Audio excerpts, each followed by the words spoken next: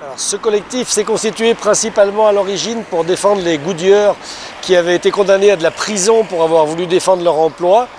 Et ensuite, on a élargi puisqu'on a constaté que d'une part, il y avait une répression qui se mettait en place pour délit de solidarité, c'est-à-dire que tous les gens qui aidaient les réfugiés qui étaient en difficulté se retrouvaient poursuivis par la justice. Également, on a été extrêmement alerté par l'état d'urgence qui a duré 2 ans, ce qui est une situation parfaitement inadmissible. Et le fait que la plupart des mesures liberticides de l'état d'urgence aient maintenant été intégrées dans la loi, fait qu'on continue à combattre pour ça. Donc on agit pour principalement aussi l'amnistie totale pour toutes les poursuites contre les syndicalistes. Et puis sur la ville de Chambéry actuellement, on est un peu inquiet aussi avec le développement sans fin de la vidéosurveillance qui, avec énormément de caméras sur la ville, et une des équipes qui tourne 24 heures sur 24 pour surveiller ce qui se passe dans les rues. La liberté individuelle et les libertés collectives sont aujourd'hui dans notre pays gravement remis en cause. Donc on agit contre tout ce qui remet en cause les libertés individuelles ou collectives, y compris d'ailleurs on a récemment passé un film qui s'appelle Nothing to Hide sur les dangers qu'il y a quand on utilise son ordinateur, son smartphone, sa tablette, et qu'on est suivi et qu'ensuite les renseignements peuvent être utilisés par les renseignements généraux, la NSA, la CIA et n'importe qui pour réprimer et pour empêcher les mouvements sociaux.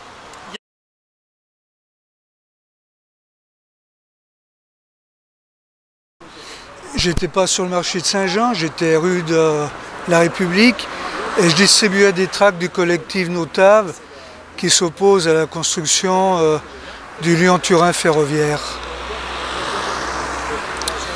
Et donc là, concrètement, pour qu'on comprenne, qu'est-ce qui s'est passé? Donc vous étiez aux abords, vous vous dites, et qu'est-ce qui s'est passé? Eh bien, un policier municipal est arrivé, m'a interpellé, m'a demandé d'arrêter de distribuer, ce que j'ai refusé de faire, m'a demandé ma carte d'identité que je lui ai remise, et donc j'ai été verbalisé. Parce qu'à Saint-Jean-de-Maurienne, si on veut distribuer des tracts les jours où il y a du monde, il faut avoir l'autorisation de monsieur le maire, il faut la lui demander 15 jours avant et surtout, il faut lui donner un tract. Alors c'est lui qui juge si le tract lui plaît ou lui plaît pas. Et mes tracts ne devaient pas lui plaire parce qu'il est pour le Lyon-Turin, alors que moi je suis contre. Maître Didier Besson, vous êtes au palais de justice d'Albertville pour défendre François Maréchal. Alors en quoi cet arrêté finalement municipal du maire de Saint-Jean-de-Maurienne, M. Charvoz, serait illégal, hein, parce que finalement c'est ça le fond de l'histoire. Oui, le maire tente d'instituer un contrôle a priori de la liberté d'opinion, de distribuer des tracts, d'informer le public. Et c'est ce qui est illégal. Mon client n'a commis aucune infraction, il n'a pas attenté à l'ordre public, à la salubrité publique, à l'hygiène publique, tous ces éléments avec lesquels ils sont d'accord. Mais là, l'arrêté municipal ne vise pas à préserver le bon ordre public, il vise à instaurer un contrôle politique a priori des tracts que l'on a envie de distribuer. Ça, c'est illégal. L'arrêté concerne le marché des foires. Oui. Vous ne pourrez pas, à Saint-Jean-de-Maurienne, distribuer de tracts sans l'autorisation du maire, finalement. Voilà, c'est ça. Donc, effectivement, quand on distribue des tracts, on distribue ces tracts là où il y a beaucoup de monde, là où il y a du public, là où il y a une activité commerciale, par exemple. Et il est évident que d'essayer d'instaurer un contrôle aussi large sans aucune motivation, en dehors qu'une motivation politique, eh bien c'est illégal. Mais en vous écoutant, et on a participé à l'audience en tant que spectateur, ça a l'air d'être surréaliste, c'est-à-dire que vous vous retrouvez au tribunal d'Albertville parce que, avec une amende de 32 €, parce que vous avez distribué un tract sur un marché en France en 2018.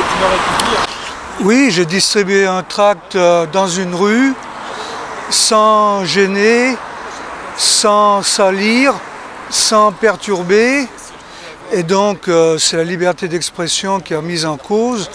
Et ce qui est inquiétant, c'est qu'il y a d'autres municipalités qui ont envie de faire pareil que le maire de Saint-Jean, entre autres Aix-les-Bains. Et c'est vrai que là où il y a du monde, mais c'est aussi le cas à Chambéry, c'est de plus en plus compliqué de diffuser de l'information. Est-ce que là, on n'est pas dans un arbitraire du maire?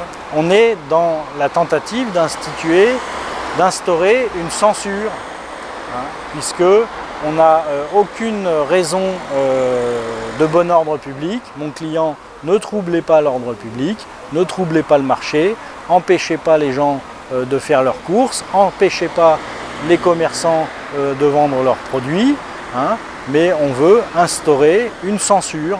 Donc en tant que militant politique, est-ce que ça va vous dissuader de diffuser de l'information sur les marchés? Alors pas du tout, comme j'ai dit au tribunal, militer c'est pour moi un devoir de conscience, donc je ne vais pas m'y soustraire. Je continuerai à informer mes concitoyens de Saint-Jean-de-Maurienne comme avant.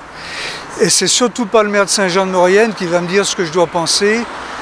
Depuis 56 ans, je sais ce que je pense, j'ai jamais changé et je ne vais pas le faire maintenant, je suis trop vieux.